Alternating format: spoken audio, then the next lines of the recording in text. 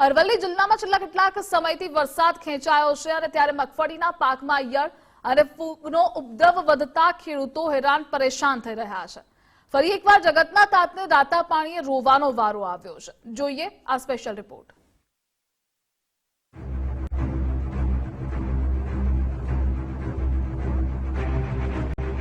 અરવલ્લી જિલ્લામાં આ વર્ષે ખેડૂતોએ સૌથી વધુ 80,000 હેક્ટર જમીનમાં મગફળીના પાકનું વાવેતર કર્યું છે।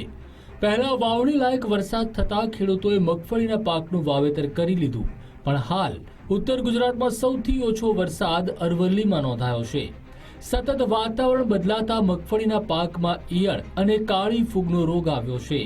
આ રોગ આવતા ખેડૂતોનો મગફળીનો પાક મૂળમાંથી સુકાઈ ગયો છે। ખેડૂતો દ્વારા રાસાયણિક ખાતર તેમજ દવાનો છંટકાવ કરવામાં આવ્યો, પણ આ રોગ પર નિયંત્રણ આવતું નથી।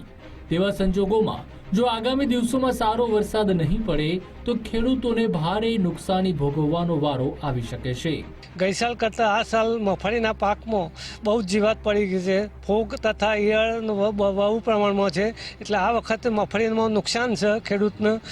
તથા સોયાબીનમાં પણ ઈયળ પડી છે।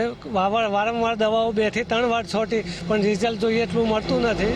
અમે 35 વીઘામાં વાવેતર કર્યું, પણ ટોટલ મગફળીનું જ વાવેતર કરેલું છે। 35 થી 35 વીઘાના અંદર ફૂગ, કાળી ઈયળ, દવાનો છંટકાવ પુષ્કળ ચાલુ, પણ કોઈ અટકાવ નથી।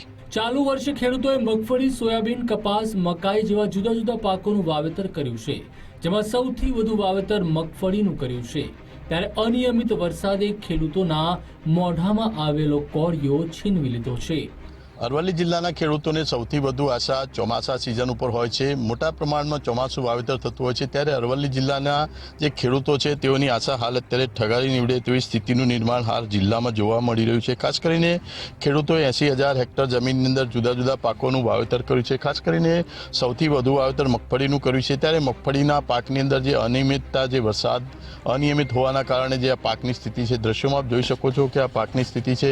જે જિલ્લાના જે ખેડૂતો છે તેઓના જે મગફળીનો પાક છે તે આ પ્રકારની સ્થિતિ હાલ જોવા મળી રહી છે। બિલકુલ જે અનિયમિત વરસાદના કારણે જુદા જુદા જે રોગો છે, ફૂગનો રોગ છે સહિતના જે રોગો આવવાના કારણે આ પાક છે તે બિલકુલ નષ્ટતાના આરે છે, અને જે ખેડૂતોએ જે આશા રાખી હતી તે આશા પણ હાલ ઠગારી નીવડ્યું તેવું દ્રશ્યો જોવા મળી રહ્યા છે। વિપુલ રાણા, ગુજરાત ફર્સ્ટ, અરવલ્લી।